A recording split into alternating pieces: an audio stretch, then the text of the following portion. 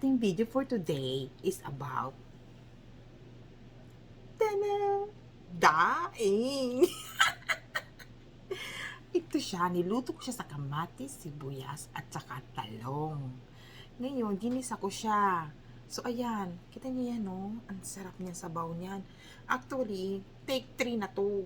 Kasi nung una, hindi ko kinuha ng video. Nabusog na ako.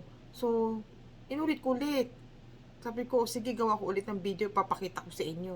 So, hindi ko alam, meron palang dumi yung aking ilong na kumakain ako nagbibideo. So, anyway, ito na. Kaya ganito na lang yung kanin ko. So, ipapakita ko lang sa inyo.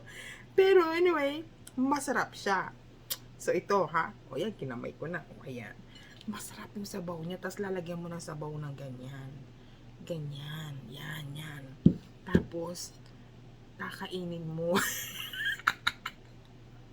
Ang sarap niya talaga.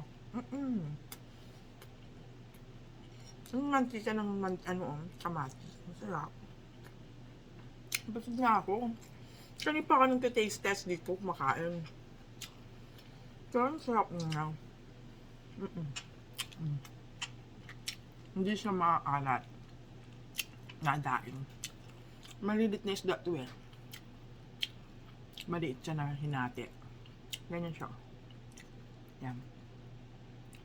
Yan, sarap. So, ito na, naisipan kong gumawa ng video. Ito, magluto. Sarap. Ano ba? Ito siya. Ang ginawa ngayon. Ang sarap. And then, basa ko na. Cheers, my queens.